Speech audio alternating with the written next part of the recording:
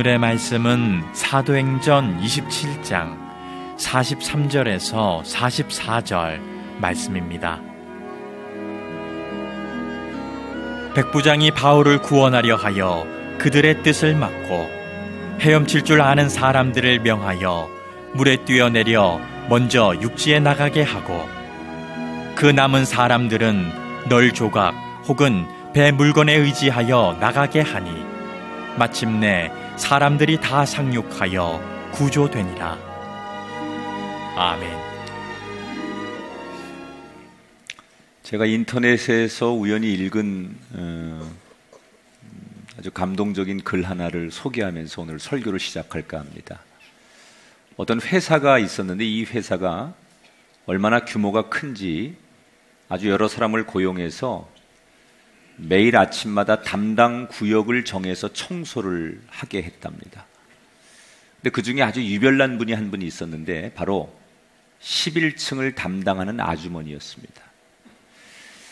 뭐가 그렇게 즐거운지 콧노래를 부르며 늘 청소를 하셨고, 특히나 11층의 화장실 곳곳에 꽃병을 놔두고는 수시로 꽃을 꽂았습니다.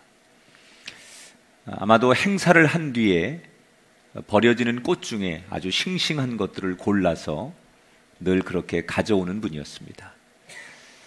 이렇게 노랫소리가 들리고 또 꽃향기가 나자 직원들은 처음에는 좀 어색했지만 시간이 지나면서 누구도 그 콧노랫소리와 화장실에서 꽃병에 꽂혀진 꽃을 당연하게 받아들이기 시작합니다.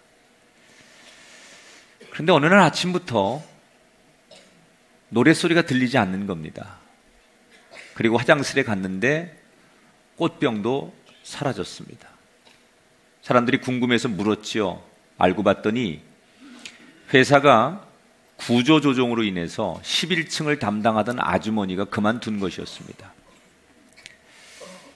직원들은 말은 안 하지만 각자 마음속에 아침마다 소소한 기쁨을 주었던 이 꽃이 사라지자 아쉬운 마음들을 갖습니다.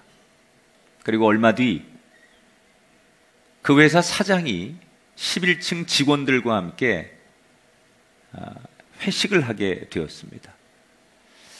회식 도중에 사장이 직원들에게 건의할 내용이 있으면 건의해봐라. 그랬더니 한 직원이 손을 들고, 사장님, 우리 11층을 담당하던 미화원을 다시 불러주십시오. 우리는 그분이 꼭 필요합니다. 그러자 옆에 있던 다른 직원들도 사장에게, 맞습니다. 저희는 다른 사람 필요 없고 그 아주머니가 꼭 필요합니다. 결국 이 직원들의 건의에 의해서 아주머니는 다시 회사에 복직하게 됩니다.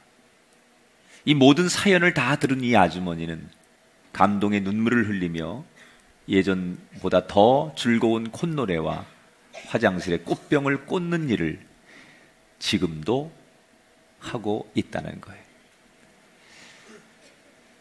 세상에는 크게 세 가지의 인생이 있습니다. 첫 번째는 같이 있으면 참 위험한 사람이 있고, 두 번째는 있어도 그만, 없어도 그만인 존재감이 없는 사람이 있고, 세 번째는 꼭 있어야만 하는, 이 사람 없으면 안 되는 사람. 그 직원들이 말한 11층을 담당하던 그 미화원 아주머니 같은 분. 여러분, 우리는 어떤 인생을 살고 있습니까? 누군가에게 손사래를 치면서 기억도 하고 싶지 않은 대단히 위험한 사람인지, 아니면 너 하나쯤 없어도, 아니 있어도 별로 개의치 않는 인생인지, 아니면 당신 없이는 안 됩니다. 내 삶의 한 모퉁이에 당신이라는 존재가 있어야만 됩니다. 이렇게 느낌을 주는 인생인지. 오늘 사도행전 27장의 뒷부분과 사도행전 28장의 앞부분을 좀 이야기할 건데, 오늘 지난 시간에 바울을 태우고 로마로 가던 배가 큰 광풍을 만나서 굉장히 그 배가 자초되는 위기, 그리고 사람들이 죽음의 공포에서 떠는 이런 이야기를 지난 시간에 전해드렸습니다. 태풍을 만났는데 그 태풍이 하루 이틀 사이에 그치지 않고 15일 동안 계속되지요. 그런데 오늘 성경은 이렇게 시작합니다. 27절에 보니까 열 나흘째 되던 날 밤에, 그러니까 태풍을 만나서 완전히 종이배 하나가 바다에 떠가지고 이리저리 흔들리고 통제가 안 되는 상황이 14일째 밤까지 계속됐다는 거예요. 그런데 14일째 되는 날 밤에 라고 성경이 이렇게 언급을 한 건 그날 밤에 한 사건이 일어납니다. 이렇게 막 배가 좌초될 위기, 죽음의 두려움, 그리고 완전히 탈진해 있는 상황에서 그 배에 276명의 사람들이 타고 있는데, 그날 밤에 그 배를 책임지는 선원들이 몰래 구명보트를 타고 배를 탈출하려고 하다가 발각이 됩니다. 다른 사람들도 아닌 선원들이, 승객들과 그 배를 책임져야 될 선원들이 자기들만 살겠다고 배를 타고 도망가려다가 발각이 됩니다. 이 선원들은 오랫동안 뱃사람들이기 때문에 경험이 많은 사람들입니다. 지금 파도 소리를 들으면서, 그리고 물의 깊이를 재면서, 물론 태풍은 지금 계속 몰아오고 있지만 멀지 않은 곳에 육지가 있다는 것을 직감적으로 느끼는 거예요. 경험 많은 노련한 선원들이 파도 소리만 들어도 이게 지금 바다에서 불어오는 파도 소리인지 아니면 저 육지에 가깝게 불어오는 파도 소리인지를 안답니다. 그리고 물의 깊이에 따라서 육지가 얼마나 가까운지를 안다는 거예요. 그래서 이 선원들이 자기들끼리 모의를 하지요. 이 큰 배가 육지에 들어갈 수 없으니, 육지 가까이 갈 수 없으니 우리가 얼른 육지 가까운 곳으로 우리끼리라도 살자 해서 선원들끼리 모의를 해서 구명보트를 타고 자기들끼리 살고자 탈출을 하다가 붙들리게 돼요.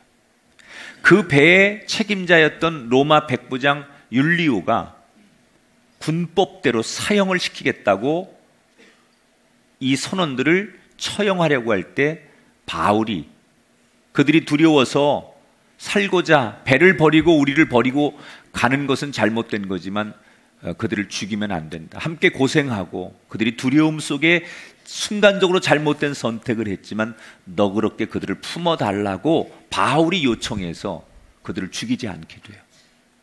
한바탕 이런 소동이 일어난 뒤에 바울은 276명의 모든 그 배에 타고 있는 승객들을 다 갑판위로 부릅니다. 그리고 뭐라고 얘기를 하느냐? 여러분, 우린 절대 죽지 않습니다. 그러니 여러분, 희망의 끈을 놓지 말고 지금부터 우리가 먹을 수 있는 음식을 먹고 살아날 그날을 위해서 힘을 비축해야 됩니다. 지난 14일 동안 사람들은 음식을 거의 먹지 못했습니다. 음식을 먹어도 다 오바이트해서 사람들은 완전 지금 탈진해 있습니다. 이 상태에서 사람들은 아마도 배 안에서 탈진해서 쓰러져서 죽어가는 사람이 생길지도 모르겠다는 생각에 바울은 모든 사람들에게 음식을 나눠주고 물을 나눠주고 강제로라도 억지로라도 음식을 먹게 하죠. 사람들은 지금 우리가 언제 죽을지 모르는데, 이 배가 바다 한가운데서 어디로 떠내려갈지 모르는데 한가롭게 음식이나 먹을 수 있다는 게 이게 들려지지 않습니다. 그러나 바울은 강제라도 음식을 먹어야 된다는 거예요. 그리고 기운을 차리라는 거예요. 자, 바울이 그렇게 말한 이유가 있습니다. 34절에 보니까 뭐라고 얘기를 하느냐, 바울이 이것이, 이 음식을 먹는 것이 너희의 구원을 위하는 길이다. 이게 사는 길이다. 이 음식을 먹어야만 우리가 산다, 그렇게 얘기를 했어. 그때를 위해서, 우리가 사는 그날을 위해서, 어느 한순간을 위해서 음식 먹고 준비해야 된다, 그런 말이에요. 자, 여러분, 바울은 지금 똑같이 바다 한가운데 태풍 가운데 죽음의 공포와 위기를 똑같이 느끼는데 바울만큼은 우린 절대 죽지 않는다. 그때를 위해서 우리가 준비해야 된다. 기운 차려야 된다. 이렇게 얘기해요. 자, 우리는 어떤 사람이 무슨 주장을 할 때 늘 질문합니다. 당신의 그 이야기의 근거가 뭡니까? 당신이 그렇게 주장하는 근거가 뭡니까? 라고 우리 늘 묻지요. 그래서 근거가 확실하고 객관적이면 그 이야기에 동의를 하지만 그 이야기의 근거가 불확실하면 우린 그 사람의 이야기를 신뢰하지 않습니다. 바울은 지금 우리가 음식을 먹고 기운 차리고 절대 죽지 않는다고 말하는데 그 근거가 뭘까? 바울은 자기의 느낌이나 사람들을 위로하고 싶어서 하는 얘기가 아니에요. 바울이 이렇게 이야기할 때 확실한 근거가 있었어요. 그 근거가 뭘까요? 23절, 24절의 내용을 요약해 봤어요. 같이 읽습니다. 시작. 하나님의 사자가 말하되 바울아 두려워하지 말라. 하나님께서 너와 함께 항해하는 자를 다 내게 주셨다. 이건 지금 27장에 나오는 얘기예요. 바울이 우리가 죽지 않고 다 살 거다 라고 말한 근거가 뭐예요? 하나님의 말씀이었어요. 여러분, 우리가 한번 가만히 한번 이렇게 눈을 지그시 감고 한번 생각해 보세요. 이 세상에 하나님이 말씀하신 것보다 더 확실한 증거가 어디 있습니까? 사람이 말한 것보다 어떤 누가 이야기한 것보다 하나님이 말씀하신 것보다 더 확실한 증거가 뭐가 있겠습니까? 바울은 지금 자기가 우리가 살 수 있습니다. 우린 절대 죽지 않습니다. 라고 말한 확실한 근거가 뭐냐? 하나님께서 그렇게 말씀하셨다는 거예요, 자기에게. 내가 너를 지켜주리라. 너를 지켜야 하기 때문에 너와 함께 이 배에 동승한 모든 사람을 지켜줄 것이다. 하나님이 말씀하셨으니 나는 이것보다 확실한 말씀이 없다고 생각했다는 거예요. 그러니까 바울이 말한 건 하나님이 그렇게 말씀했으니 당당하게 근거 있게 외치는 거예요. 왜 이런 거 있잖아요, 여러분. 사람이 분위기가 너무 자신 있게 확신 있게 얘기하면 괜히 들으면서도 압도당하죠. 자기가 말하면서도 자신이 없고 자기가 말하면서도 확신이 없으면 듣는 사람들이 사실을 이야기해도 안 믿어요. 그런데 때때로 말하는 사람이 확신이 있고 자신감에 차고 근거가 있이 얘기하면 처음에는 믿지 않는 이 군중들이 그 이야기를 믿는 거예요. 바울이 워낙 당당하게 자신감 있게 확실하게 얘기를 하니까 그 분위기에 압도돼서 사람들이 바울이 시키는 대로 일단 음식을 억지로 먹기 시작합니다. 그런데 바로 몇 시간 뒤에 사람들은 바울이 말한 이 말이 사실이라는 것을 알게 되죠. 몇 시간 뒤에 밤이 지나 해가 뜹니다. 동쪽에서 해가 이렇게 환하게 뜨는데 모든 선원들 눈에 뭐가 보이느냐? 저 멀리에 육지가 보이는 거예요. 여러분, 15일째 되는 날 드디어 육지를 처음 보는 거예요. 누가 먼저랄 것도 없이 그 배에 타고 있는 모든 사람들이 만세를 부르고 어떤 사람들은 서로 부둥켜 안고 이제 우리 살게 됐다고 눈물을 흘리며 서로를 격려하고 위로합니다. 그래서 배를 이제 육지가 보이니까 사람들이 선원과 선장이 배를 육지 가까이에 몰고 갑니다. 그런데 예기치 않은 일이 또 발생하죠. 이 배가 큰 배였는데 배가 육지 쪽으로 가다가 두 물살이 합쳐지는 곳에 우리로 말하면 뻘 같은 거예요. 성경엔 모래라고 하는데 모래 뻘에 이 배 뒷부분이 걸리게 됩니다. 그래서 배 뒷부분이 걸리니까 배가 꼼짝도 못하고 앞으로 전진을 못하는 거예요. 육지 가까이 가다가 수면이 낮아지니까 배가 저 육지를 앞에 두고 뒷부분이 모래턱에 걸리게 되면서 파도는 계속 치는데 배가 꼼짝을 못하니까 파도가 배 앞부분을 계속 들이치니까 배는 부딪힘에 결국 부서지게 되고 그 부서진 곳으로 물이 배 안으로 들어오기 시작합니다. 이때 로마의 백부장이 지금 276명을 인솔하다가 급박한 상황이 생기니까 뭐라고 명령을 내리느냐? 바다에 뛰어내려라. 이 배에 있으면 배가 좌초돼서 가라앉으면 다 죽으니 빨리 뛰어내려라. 그래서 사람들에게 명령을 내려서 모든 사람들이 바다에 뛰어내립니다. 그리고 저 앞에 육지가 보이는 곳을 향해 죽기 살기로 헤엄을 칠 수 있는 사람은 수영을 하고 수영을 못하는 사람은 널빤지나 그 배에서 흘러나온 기구를 붙들고서 헤엄쳐서 그들이 죽기 살기로 육지를 향해 가지요. 그리고 잠시 뒤에 276명 한 명도 다치거나 죽지 않고 그 모든 사람들이 육지에 도착을 해요. 저는 이 장면에서 이렇게 묵상을 해봤어요. 만약에 그 전날 밤에 바울이 사람들에게 음식을 먹자고 하지 않았다면 그들이 지금 육지가 저 앞에 놓였을 때 바다에 뛰어들었다 한들 수영을 하고 그 파도와 맞서서 체력이 준비돼서 비축돼서 육지에 갈 수 있었을까?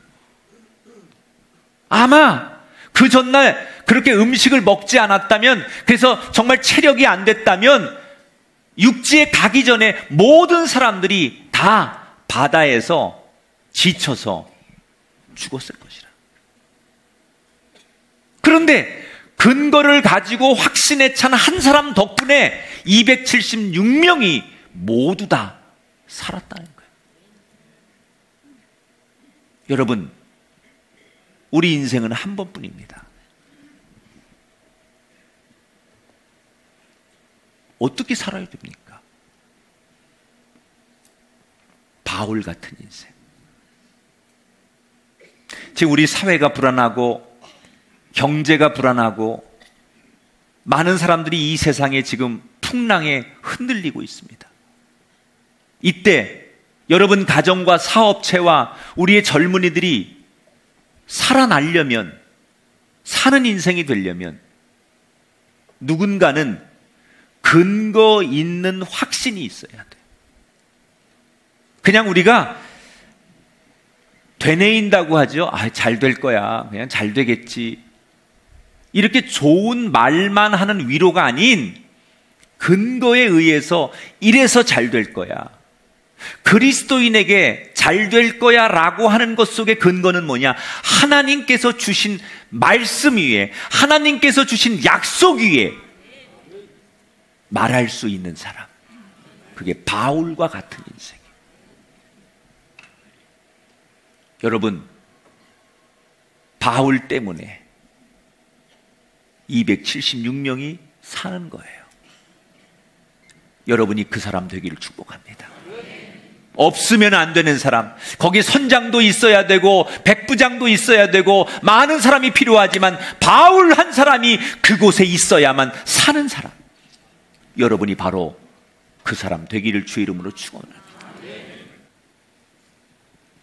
나는 하나님의 말씀에 근거하여, 하나님의 약속에 근거하여, 하나님의 능력에 근거하여 외칠 수 있는 꼭 필요한 인생이 되시기를 주님의 이름으로 축원합니다. 자, 이렇게 하나님 말씀을 믿고 사람들을 독려한 바울 덕분에 그 배에 276명이 무사히 육지에 도착을 합니다. 물론 대다수의 사람들은 지금 기진맥진해서 육지에 도착하자마자 완전히 사람들은 다 해안에 쓰러져 있습니다. 이곳이 어디냐? 지금 이들이 막 그 15일 동안 지중해 바다에서 떠돌다가 이 막 태풍에 이리저리 쏠려서 겨우 지금 탈출한 이 육지가 어디냐? 이탈리아 남부의 멜리데 섬이에요. 멜리데 섬. 지금 여러분, 아시아에서 유럽으로 건너가던 이 바울을 태운 이 배가 최종 목적지는 유럽의 이탈리아의 로마 아닙니까? 그런데 이 배가 지금 어디로 가고 있어요? 막 좌초돼서 태풍에 떠밀려서 결국 간 데가 이태리 남부의 멜리데 섬이라는 곳이에요.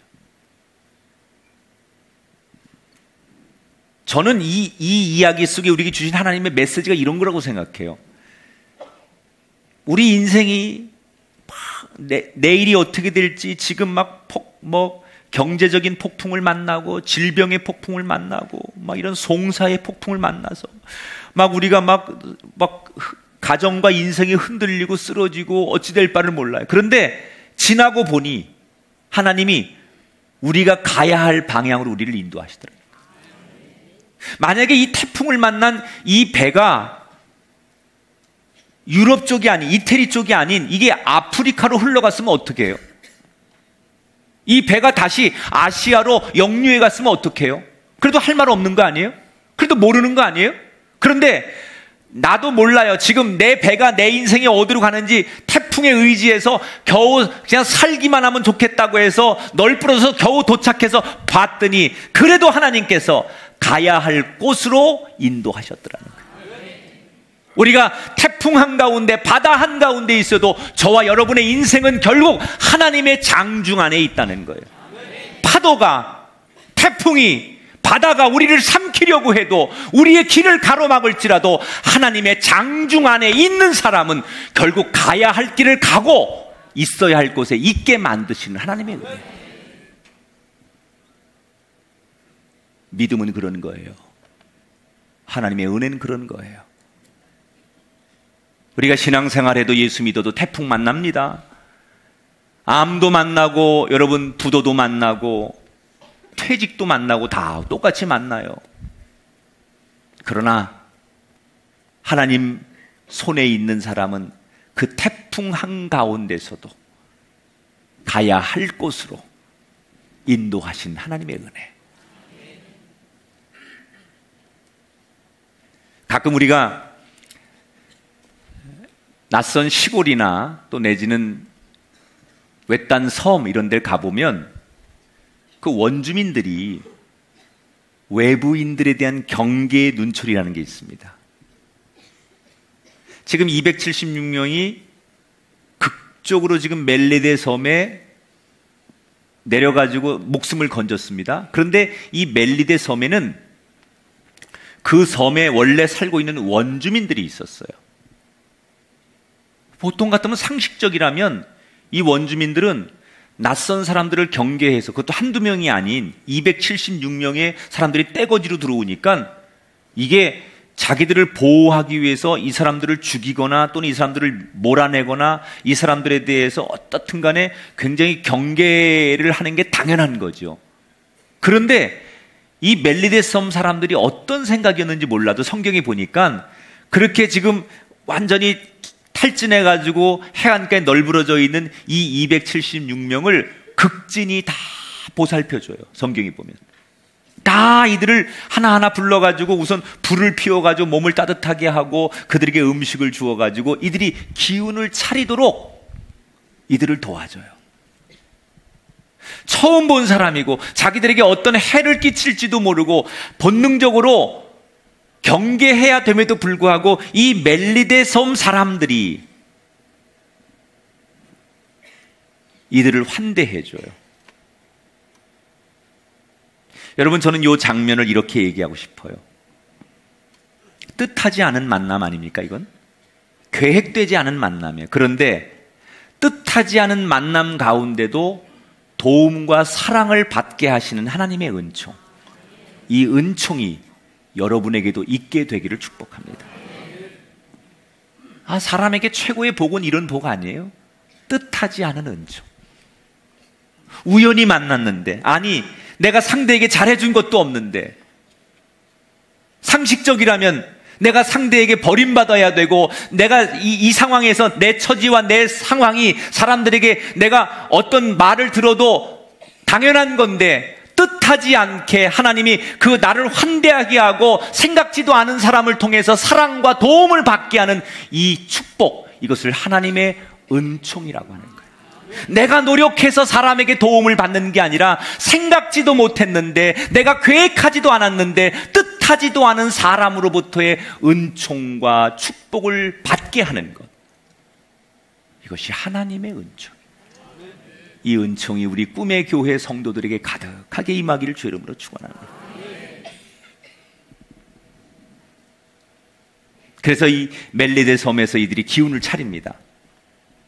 그리고 여기서 지중해 바람을 견디기 위해서 3개월을 겨울을 나는 거예요. 그런데 이 3개월을 나는 동안에 많은 에피소드가 생기는데, 그 중에 오늘 2가지 이야기가 등장합니다. 첫 번째, 어느 날 바울의 일행이, 겨울이니까 추울 거 아니에요. 그래서 불을 피우려고 바울이 땔감을 가져다가 나무 땔감을, 이 더미를 이렇게 불 속에 집어 던지는데, 그 나무 땔감 속에 숨어있던 독사 한 마리가 놀래서 갑자기 튀어나와가지고 바울의 손을 물어요. 근데 이 원주민들은 여기 사는 사람들이니까 이게 독사인지, 저 독사에 물리면 사람들이 어떻게 되는지를 다 경험적으로 아는 거예요. 근데 이 원주민들은 어떤 생각을 가지고 있냐면, 저렇게 독사가 물어서 사람이 죽으면 저것은 신이 내리는 벌을 받는 거다, 이렇게 생각을 합니다, 이 원주민들은. 그래서 지금 바울이 독사에 물렸는데, 성경에 보면 그 손을 물었는데 물고 뱀이 도망가는 게 아니라 물고서 이거를 안 놓고 뱀이 대령대령 매달려 있는 거예요, 독사 한 마리가. 그러니까 원주민들이 저 사람이 신의 저주를 받아 벌을 받는 거다, 이렇게 생각을 해요. 그리고 같이 배에 동승했던 선원과 276명의 동료들 역시도 바울이 독사에 물렸으니 도와줄 방법이 없어 얼마 뒤에 죽을 것이다, 이런 생각을 다 합니다. 지금 276명이나 원주민들이나 모두가 어떻게 해석을 했든지 간에 동의했던 한 가지가 있었습니다. 그게 뭐냐면, 상식적이라면 바울은 얼마 뒤에 죽을 수밖에 없다는 거예요. 자, 그런데 바울이 뜻밖의 행동을 합니다. 자, 5절을 볼게요. 28장 5절. 바울이 그 짐승을, 그 독사죠, 그 독사를 불에 떨어버리며. 자, 이 표현이 어떤 거냐면 이런 겁니다. 사람들은 바울이 독사에 물리자마자 눈이 동그래지고 막 놀라고 심장이 벌렁벌렁거리고 이제 죽었구나, 그리고 막 사람들이 두려워하는데, 정작 자기는 조금도 두려워하거나 놀라지 않고 태연하게, 마치 무슨 날파리 한 마리 정도를 몸에서 떼어내는 것처럼 조금도 요동하지 않고 바울이 자기를 물고 있는 이 독사 뱀을 탁 잡아가지고 확 뛰더니 불 속에 확 집어넣고 툭툭 털고는 아무 일도 없다는 듯이 바울이 행동했다는 거예요. 독사에 물렸는데 진짜로 바울이 아무 일도 없었던 것일까? 맞습니다. 아무 일도 없었습니다. 아니, 독사가 물었는데, 독을 가득 품은 겨울뱀이 바울을 물었는데 어떻게 바울이 조금도 두려워하지 않고 어떻게 죽지 않을 수 있느냐? 그 이유가, 이건 마가복음으로 한번 넘어가야 돼요. 마가복음에 보면 이런 상황에 대한 설명을 해놓은 게 있어요. 마가복음 16장 17절 18절을 보세요. 같이 읽어봐요. 시작. 믿는 자들에게는 이런 표적이 따르리니 뱀을 집어 올리며 무슨 독을 마실지라도 해를 받지 아니하며. 할렐루야. 여러분, 이게 믿어지십니까? 다시 물을게요. 이게 믿어지십니까? 이걸요, 일반인들은 상식적으로 믿지 못합니다. 근데 바울은 이 이야기를 믿었어요. 왠지 아십니까? 이 이야기는 예수님의 말씀이기 때문에 믿은 거예요. 제가 여러분에게 부탁할게요. 하나님이 말씀하시는 거니까 믿는 거예요. 예수님이 말씀하는 거니까 믿는 거예요.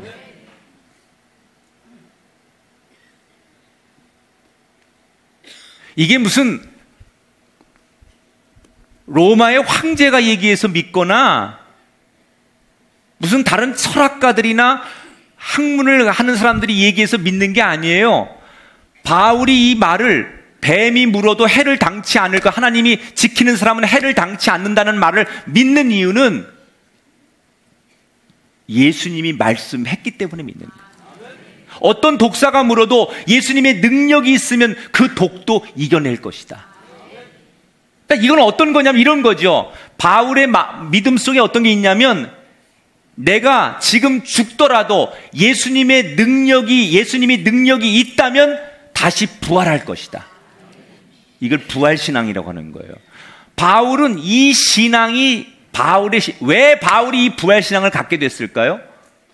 바울이 처음부터 그랬던 거 아니에요. 바울은 사람이 죽으면 끝나는 거지 어떻게 다시 살아 그랬는데, 예루살렘에서 죽었던 예수님이 부활해서 다메섹 도상에서 자기를 만나줬거든요.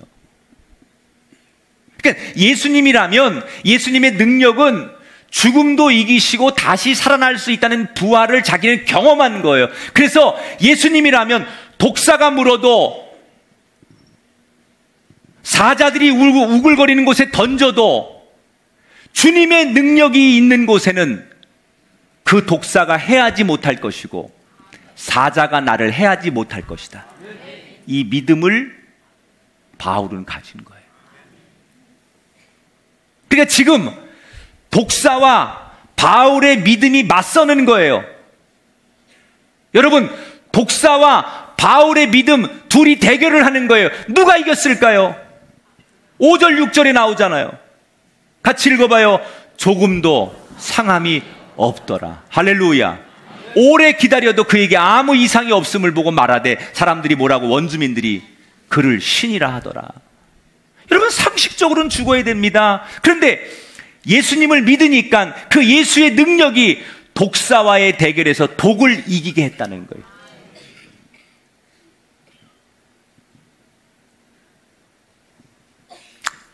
이런 이야기를 경험하니까 이 멜레데 섬 사람들이, 원주민들이 바울을 신뢰하는 거예요. 저 사람이 말하는 예수는, 하나님은 정말 위대한 신이다. 그러다가 얼마 뒤에 또 무슨 일이 생기느냐, 이 섬의 추장이 보블리오라고 하는 사람인데, 이 추장의 아버지가 아주 심한 병에 거의 죽기 일보 직전까지 갑니다. 그래서 바울이 신방을 갑니다. 그 추장 아버지 집에. 그래서 가서 안수기도 해줘요. 그리고 기도해줘요. 그런데 깨끗이 낫습니다. 그때부터 이 멜리데 섬 사람들이 아프기만 하면 바울에게 아침마다 찾아가가지고 머리 내밀고 안수해달라고 그러고 예수 이름으로 기도해달라고 그러고, 그럼 바울이 찾아오는 사람들이니까 안수해주고 예수 이름으로 기도하면 그 사람들이 또 병이 낫습니다. 그러니까 이 섬 주민들이 비록 3개월이지만 3개월 동안 같이 지내는 바울을 이제 우리 섬에서는 없어서는 안 될 사람, 너무나 고마운 사람, 그리고 바울이 믿는 그 예수님을 이 무지한 원주민들은 나를 구원한 구세주로 믿기 시작하는 거예요.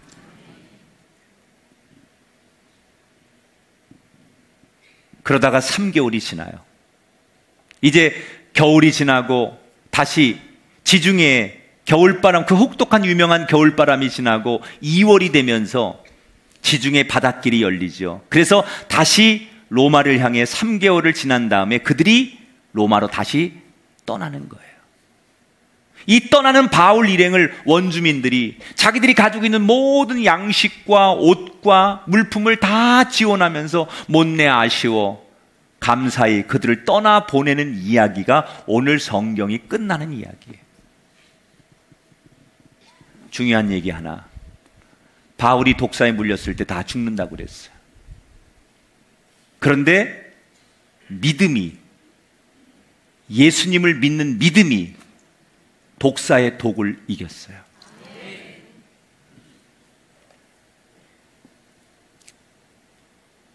여러분, 우리가 지금 우리가 딱 그 독사에 물린 인생 아닙니까?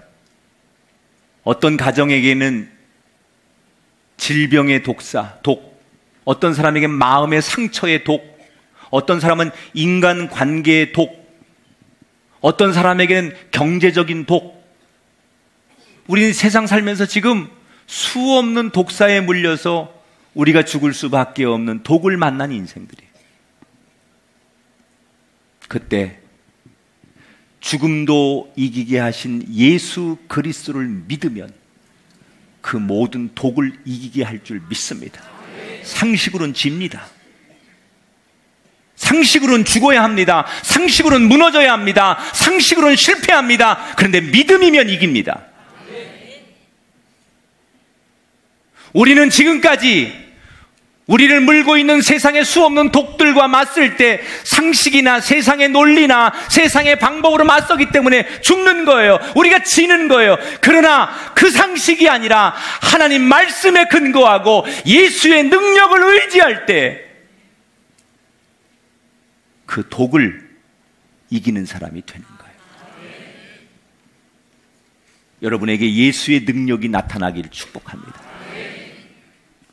아무리 낮은 위치에서 아무리 볼품없는 일을 해도 여러분이 그곳에서 없어서 안 될 사도바울과 같은 인생이 될 수 있어요. 하나님이 나를 지켜주신다는 말씀에 근거하시고 예수의 능력으로 살리라.